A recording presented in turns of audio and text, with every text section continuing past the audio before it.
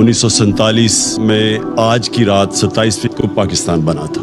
پہلے ہم سب کو سمجھنا چاہیے کہ ایک بہت بڑی خواب کا نام پاکستان تھا۔ یہ کوئی عام ملک نہیں بنا تھا، یہ واحد ملک بنا تھا اسلام کے نام پہ، اور اس میں ایک بڑا نعرہ تھا کہ پاکستان کا مطلب کیا، لا الہ الا اللہ۔ سارے بر صغیر کے مسلمانوں کی کوششوں سے، ان کی ووٹ سے پاکستان بنا تھا۔ جو آج 20 کروڑ لوگ ہندوستان میں ہیں، ان کے جو بڑے تھے ان کو پتا تھا کہ وہ پاکستان میں نہیں رہنا، اس کے باوجود انہوں نے اس خواب کے پیچھے ووٹ دی تھی پاکستان کو۔ تو یہ ایک علامہ اقبال کی جو خواب تھی وہ ہمیں سب کو سمجھنا چاہیے، کیونکہ جو ایک قوم اپنے نظریے کو کھو بیٹھتی ہے وہ قوم کا وجود ختم ہو جاتا ہے۔ تو ہمیں پہلے سمجھنا چاہیے کہ بہت بڑا پاکستان کا جو خواب تھا، ہمیں اپنے مقام کا سمجھنا چاہیے۔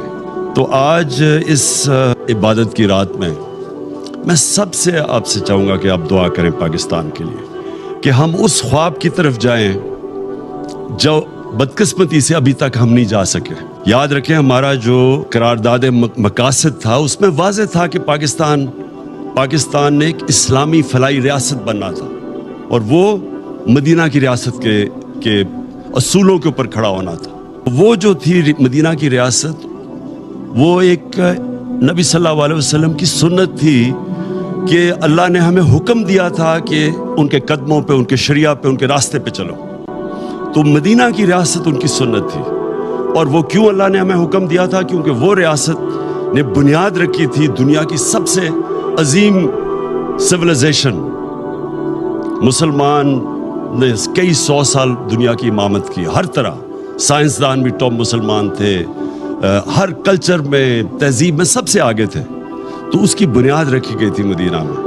تو یہ پاکستان کو اس اصولوں پہ ہمیں کھڑا کرنا چاہیے تھا۔ ہمیں پہلے لا الہ الا اللہ کا مطلب سمجھنا ہے۔ لا الہ الا اللہ کا مطلب، جب آپ اللہ کے سوا کسی کے سامنے نہیں جھکتے، انسان آزاد ہو جاتا ہے۔